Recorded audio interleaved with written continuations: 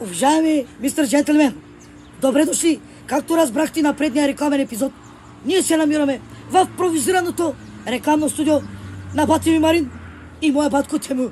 Не забравяйте да го стеглите от приложението и да се възползвате от кодовете, които ви давам, защото ние сме много щедър и постоянно давам бонус.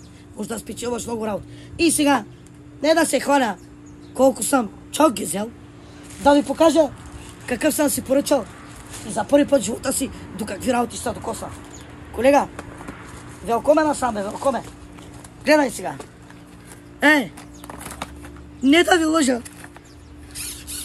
За първи път в живота си ще развивам не на ръка. Гледай, пистолет борда. Отверка ги один. Слагаш и го навиваш къде искаш.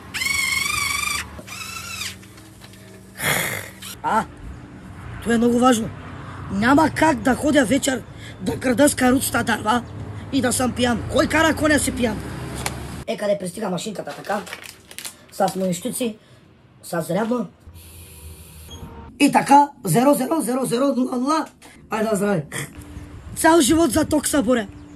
Сега си имам сам ток. Аз като видя кабели настръхвам. С то с нещо, сам ще си правя ток, ще си давам в колата, ще си надувам гумите. Фенер, лампа гелдин, за топка, чантичка има, кабел. Умирам за той. Колега, дай им върти ли той. Дай. Върти, ама друг път. Върти, дай ток. Дай той ли, бана?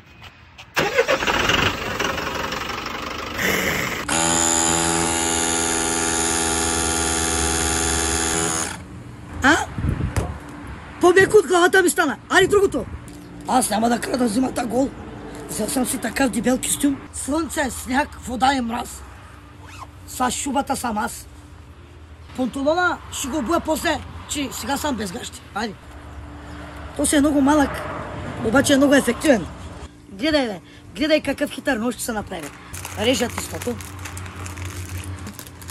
И почвам да правя така.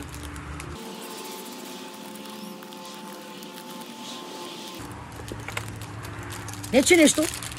Аз малко смотран съм, ама затворих го. Затворяй!